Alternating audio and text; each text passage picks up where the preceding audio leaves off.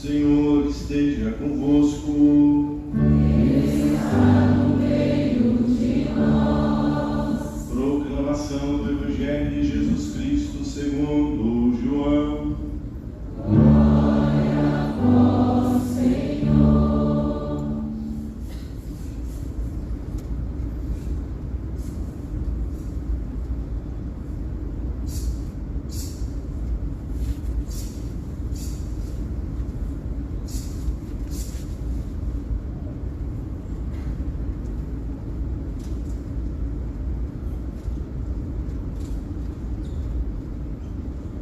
No primeiro dia da semana, Maria Madalena foi ao túmulo de Jesus, bem de madrugada, quando ainda estava escuro, e viu que a pedra tinha sido retirada do túmulo. Então, ela saiu correndo e foi encontrar Simão Pedro e o outro discípulo, aquele que Jesus amava, e lhes disse: tiraram o Senhor do túmulo e não sabemos onde o colocaram. Saíram então Pedro e o outro discípulo e foram ao túmulo. Os dois corriam juntos, mas o outro discípulo correu mais depressa que Pedro e chegou primeiro ao túmulo. Olhando para dentro, viu as faixas de linho no chão, mas não entrou. Chegou também Simão Pedro, que vinha correndo atrás, e entrou no túmulo. Viu as faixas de linho deitadas no chão. O pano que tinha estado sobre a cabeça de Jesus, não posto com as faixas, mas enrolado num lugar à parte. Então entrou também o outro discípulo que tinha chegado primeiro ao túmulo. Ele viu e acreditou. De fato, eles ainda não tinham compreendido a Escritura, segundo a qual ele devia ressuscitar dos mortos. Palavra da salvação. Glória a vós, Senhor.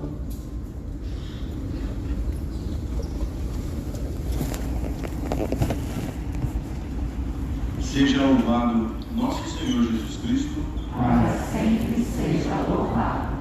Queridos irmãos e irmãs, Jesus ressuscitou, diz o Evangelho, no primeiro dia da semana, que, portanto, passou a ser chamado, desde o tempo apostólico, como Dies Domini, Dia do Senhor, ou, no nosso português, Dominus Dies Domingus. O Shabat era apenas uma figura, a realidade é o domingo. Tudo o que estava no Antigo Testamento era apenas sombra daquilo que se realizaria em Cristo Jesus. Ele é o cumprimento de todas as Escrituras. Se o túmulo não estivesse vazio, ainda estaria em vigor o peso da lei mosaica, a dureza da lei do Deuteronômio, do Levítico. Se o túmulo não estivesse vazio, valeria ainda hoje os sacrifícios dos bodes e dos cordeiros. A matança ritual do santuário. Se Jesus não tivesse ressuscitado, estaríamos presos ao sábado e as suas prescrições, que de 10 mandamentos tinham se transformado em 634 leis. A lei da pureza ainda estaria em vigor e a lei da impureza ainda imperaria. Mas acontece que o túmulo está vazio, e o túmulo vazio é o início do Novo Testamento, da Nova Aliança, melhor dizendo, a sua plenificação, iniciada no ventre da Virgem Maria e agora plenamente visível e realizada no túmulo que está vazio, no Cristo que vive. Maria Madalena é o primeiro personagem do Evangelho.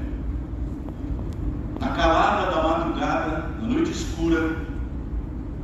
sem muito cálculo. Eu sei que ela não foi sozinha por causa do plural que ela usa depois na hora de dar a notícia. Nós, né, esse plural revela que ela não estava só.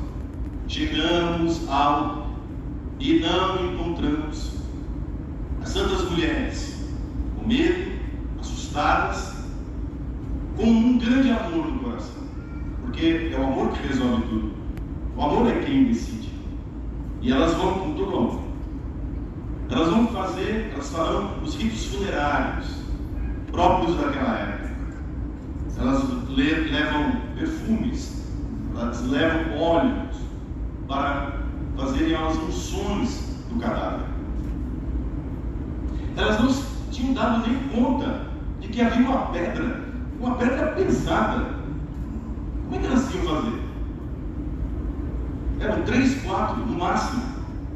Não tem isso. Eram precisos muitos homens para fazer rolar aquela pedra. O amor. O amor, quando ele é assim por Deus, ele não fica fazendo esse tipo de cálculo. Por isso que é muito difícil pregar para quem não conhece o amor. Para quem não conhece o amor de Deus. Vou dizer assim, com toda sinceridade. Se tem alguém aqui que não conhece o amor de Deus, que não experimentou o amor de Deus, é muito difícil. É muito difícil. Tudo soa muito estranho, muito absurdo, sabe? É muita delicadeza em tudo. Muito símbolo. É muito amor envolvido em tudo. Há uma seriedade que transparece reverência, que transparece unção, temor de Deus, que nasce do amor da igreja, desse amor reverente, ainda que assustado, das santas mulheres. Elas ainda estavam presas, de algum modo, à antiga religião. Quem colocava esse medo nelas era a religião. Quem tirava esse medo delas e fazia com que elas andassem na madrugada escura era o amor de Deus. Entendeu a diferença? Sim ou não? Entre religião e o amor de Deus? Religião põe medo, trava a vida, põe um monte de regras, de obstáculos. O amor não. Por isso que Jesus não é o fundador de religião. Os fundadores de religião estão todos enterrados. Buda, Maomé, etc. Todos eles com seus caixões, com seus túmulos. Jesus não é um fundador de religião. Jesus é o salvador da humanidade. E o amor de Jesus, que essa mulher que foi uma pecadora, vamos lembrar quem foi Maria Madalena, uma pecadora, uma mulher completamente destruída pela vida. O amor que ela encontrou em nosso Senhor, esse amor a imprimiu. Ela vai fazer as unções, mas o que move o coração não era a regra, não era tem que fazer isso, não, era o amor. Ela vai transpassada por esse amor ferido.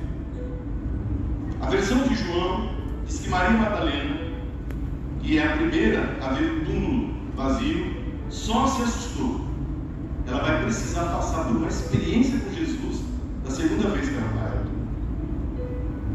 Sem uma experiência, um encontro pessoal, não adianta anjos virem falar conosco. Nem o padre Birajara, muito menos. Diz que tinha um anjo sentado em cima de uma pedra, a pedra do túmulo. E o anjo falou com as mulheres: olha eu aqui em cima dessa pedra também. Está vendo aqui? Nem o anjo, nem o padre Birajara. É preciso que você faça uma experiência, que você experimente o amor desse Deus que vive a sua vida. Aí você vai entender as coisas que eu falo. É o dom da fé, é o dom do amor, é o dom de Deus gratuito. Você simplesmente diz assim: vem, está aqui meu coração aberto, eu quero experimentar. Então o medo inclusive afastou. Ela corre para está. Essa é a versão de São João. Pedro e o discípulo amado. Agora, 2 novos personagens. Eles simbolizam, os dois, o movimento da igreja para experimentar a ressurreição de Cristo. Não é à toa. Pedro é o chefe dos apóstolos, João, o discípulo mais próximo de nosso Senhor. Eles são o símbolo da igreja, do grupo dos amigos de Jesus. O que é a igreja? A igreja são as pessoas que Jesus escolheu para caminhar com ele e continuar a missão dele. Isso é a igreja. Então a igreja não é uma coisa na minha cabeça, não é uma coisa que eu invento, não é uma coisa que eu crio ou que eu possa dispensar. Não, eu dispenso. Eu faço aqui a minha experiência com Deus, eu não preciso de igreja. Então, essa experiência precisa ser confirmada. Quem é que vai confirmar se o que você crê, se o que você pensa, se o que você está experimentando é verdadeiro ou é fruto da sua imaginação, das suas idiosincrasias, das suas maluquices? Quem me prova? Então, Cristo é a igreja. 2000 anos de experimentação de quem experimenta o Cristo ressuscitado. É o primeiro movimento da igreja na sua oficialidade. E veja como é que o movimento se dá. Pedro, só para lembrar bem, é o traidor. Pedro traiu nosso Senhor, tem 2 dias que ele viu. Ele traiu. Era uma empregada, ela estava varrendo o pátio da casa dos chefes da guarda, o pátio da guarda, melhor dizendo. E ela apontou que ela sabia quem era Pedro, que Pedro era um dos seguidores de Jesus. E Pedro disse não. Ele disse sim, disse não. Mas rapaz, vira de lado. Mentira. É você. E ele negou o nosso Senhor 3 vezes. 3 vezes. Ele, que tinha sido escolhido como pedra, pois Pedro, Petros, pedra. E sobre esta pedra eu construirei a minha igreja. Mateus capítulo 16. A minha igreja. Veja, não a sua, não do padre Birajara, não do padre Diego, não do padre Miquelino, não do padre Marcelo Rossi, não do Frei Gilson, não do pastor Chico do Maracujá. Não. A minha igreja. Esse pronome possessivo é seríssimo. Existe uma igreja que é a igreja de Jesus, a minha igreja, e as portas do inferno não irão prevalecer contra ela. Eu acho que Pedro estava muito confuso. Como é que as portas do inferno não vão prevalecer contra a igreja se eu trair o Senhor? Se eu não soube ser fiel? Então, cansado, Pedro, decepcionado consigo mesmo, ele não consegue correr, ele não tem força, ele não tem velocidade, porque é isso que faz o pecado, é isso que faz a traição, é isso que faz a decepção, nos atrasa, nos decepcionamos e nos atrasamos. Um discípulo amado, não. João, o outro que corria. João é aquele que ficou aos pés da cruz, é aquele que foi com Jesus até o fim. João é aquele que levou Nossa Senhora para casa só, na hora da cruz, o último testamento de Jesus, do moribundo, quando a pessoa que vai morrer, você quer dizer umas últimas palavras?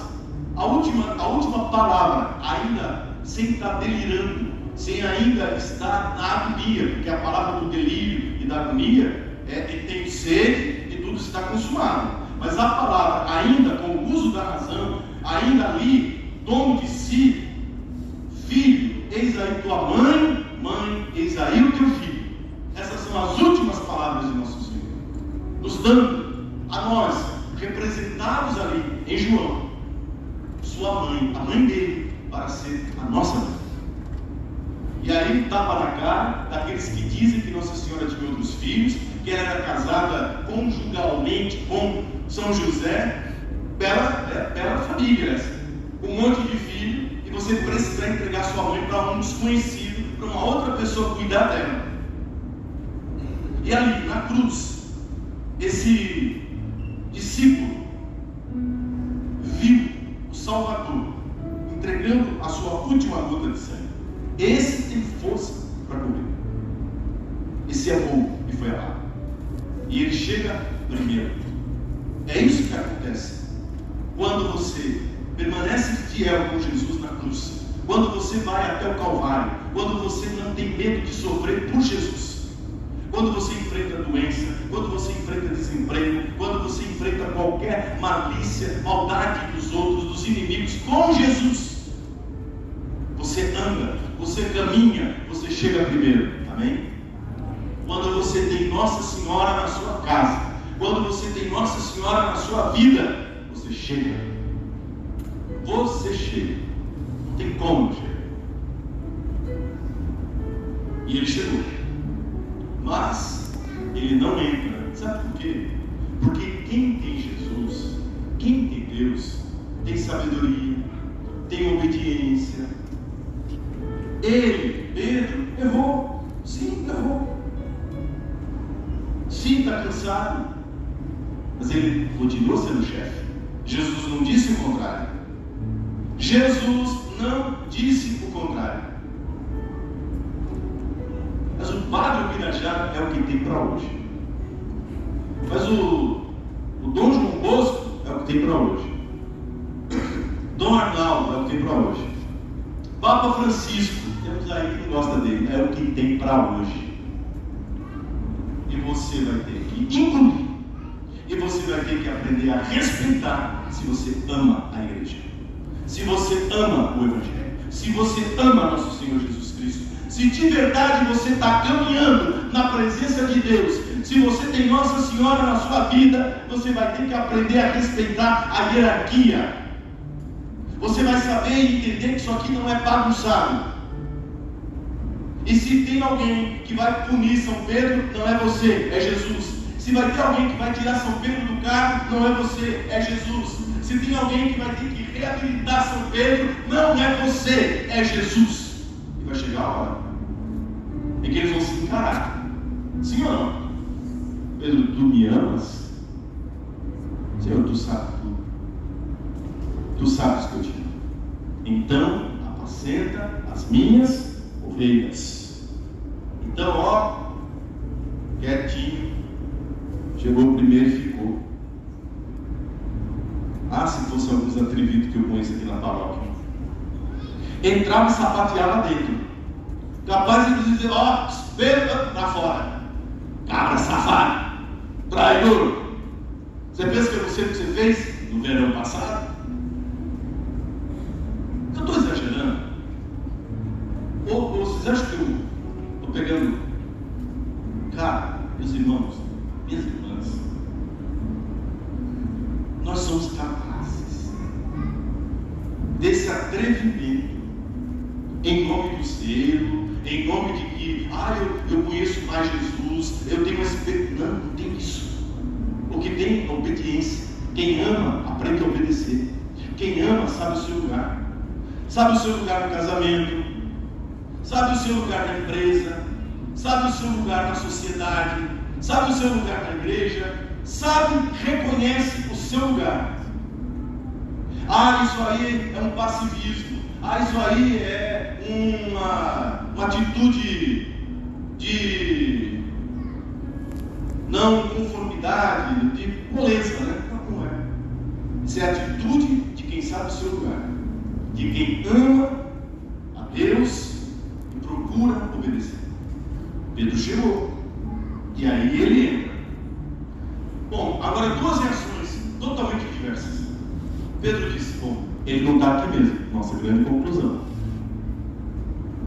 Aqui ele não está.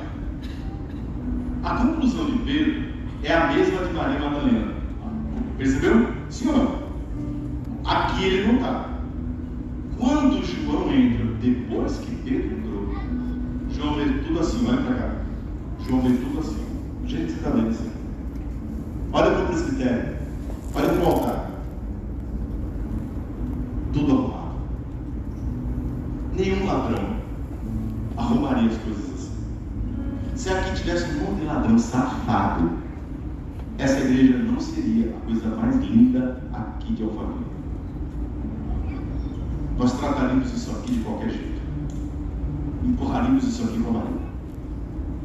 Mas quando você entra, você vê que tem uma delicadeza. Ladrão nenhum teria sido. Aliás, um ladrão, ele pegaria o defunto do jeito que ele tivesse. Sim ou não? Bora, rapaz, pega o defunto, puxa daqui, puxa. Ele levaria embora, se fosse um roubo do defunto.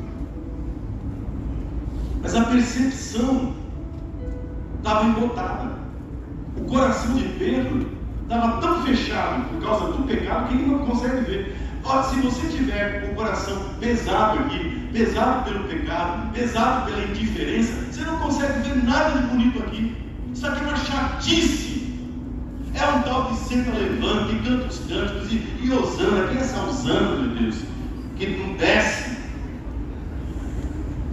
É isso. Por isso que é muito complicado você falar das coisas de Deus para uma pessoa que não tem amor, para uma pessoa que não tem fé, para uma pessoa que não tem visão espiritual das coisas.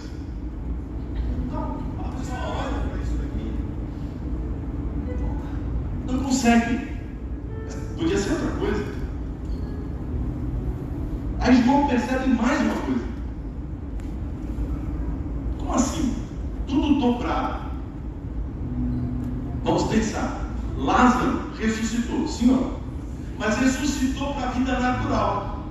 Por isso Lázaro, quando sai do túmulo e Jesus diz: Lázaro, vem para fora, Lázaro vem assim, ó. Opa, tá. É isso. And the chosen. É aquilo lá mesmo, daquele jeito. Eles ficam todo. Sabe por quê? Agora você nunca se perguntou por quê? Porque ele vai precisar de todos aqueles panos de novo. Ele vai voltar para a sepultura.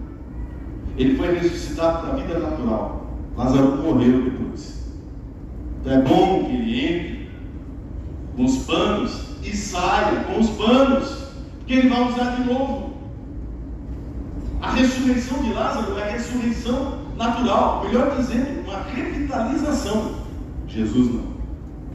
Os panos estão dobrados, porque ele não precisa mais daqueles panos.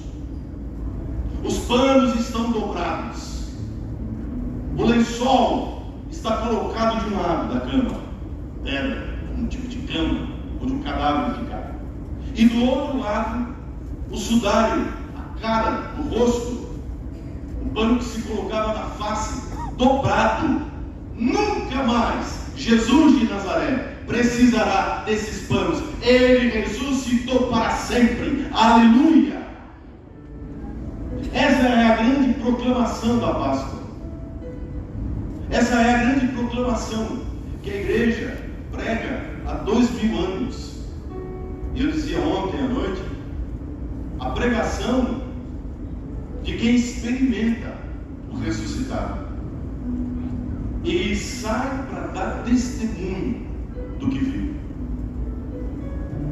Nosso Senhor vai aparecer, haverão aparições do ressuscitado, acontecerão aparições, e todos os que experimentaram, os 12 apóstolos, inclusive Matias, que substituiu Judas, todos foram assassinados, exceção de João, esse aqui, que chegou primeiro, que foi jogado numa ilha na Grécia, a ilha de Patmos, e ali morreu exilado. Eu não sei o que é pior, inclusive, viu?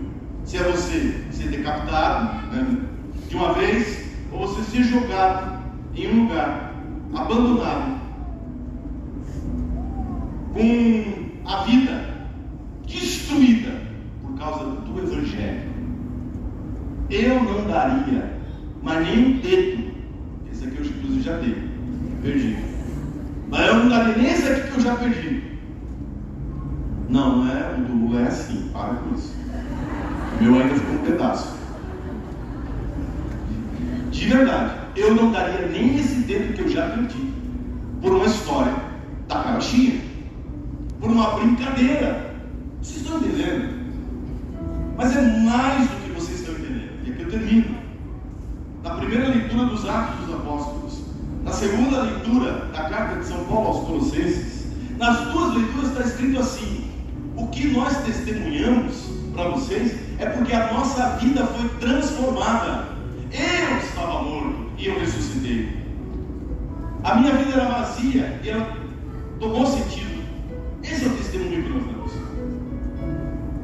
Tomé, nós vamos ver daqui a alguns dias, vai querer tocar as chagas de Jesus. Jesus, pois Tomé, vai ter gente que vai dar a vida pelo Evangelho, vai dar a vida por mim, sem nunca ter tocado em nada, sem nunca ter visto coisa alguma, porque vão experimentar na vida deles a transformação, a vida nova que eu trouxe, que eu lhes dei na minha ressurreição. Convido você então, meu irmão, minha irmã, a fechar seus olhos nesta noite e dizer: Jesus, eu quero experimentar a tua vitória sobre a morte. Eu quero experimentar na minha vida, na minha casa, na minha família, no meu trabalho. Eu quero experimentar nas minhas lutas, não o cansaço de São Pedro, mas a emoção de São João, que corre com todo amor ao encontro da verdade maior, a ressurreição, a vitória de Cristo. João não precisou de mais nada, a não ser ver com os olhos da fé, nos sinais dos sacramentos, nos sinais que a igreja deixa, pelo encontro do nosso Senhor. Hoje, nesta Eucaristia, no corpo e no sangue, na alma e na divindade de Jesus, na hóstia consagrada, hoje eu experimento: Jesus vive, Jesus ressuscitou. Esse é o dia que o Senhor fez para nós. Salmo da missa de hoje, Salmo 117. Alegremos-nos e nele exultemos. Esse é o dia. Se você nunca experimentou, meu irmão e minha irmã, a alegria de ser católico, a alegria de ser cristão, peça essa alegria no seu coração. Peça esta maravilha de uma novidade de vida. Desapegue-se de tudo isso que vai ficar para trás, de tudo isso que vai virar pó, e apegue-se a essa palavra de vida eterna, a esse Deus maravilhoso que tem hoje e sempre uma vida nova para cada um de nós nesta igreja. Um Deus maravilhoso que tem a felicidade verdadeira que nenhum algoz, que nenhum soldado, que nenhum judeu conseguiu arrancar daqueles 11 apóstolos, daqueles 12 apóstolos. Nada e ninguém teve poder para tirar deles essa proclamação: vocês podem fazer o que vocês quiserem comigo. De um foram arrancados a pele, de outro foi crucificado de cabeça para baixo, outro crucificado numa cruz em forma de X, outro decapitado, outro foi apedrejado, e todos eles preferiram passar por isso a perder a alegria de ter nas suas vidas a certeza da ressurreição de Cristo. Ele vive. Considero tudo isso aqui como passageiro, tudo isso aí que o mundo possa me oferecer como nada, como lixo. O apóstolo Paulo vai dizer: como lixo, diante desse Deus maravilhoso que morreu por mim e que me deu a vida em plenitude. Assim seja. Amém. Louvado seja nosso Senhor Jesus Cristo. E viva Jesus ressuscitado. Viva Jesus ressuscitado.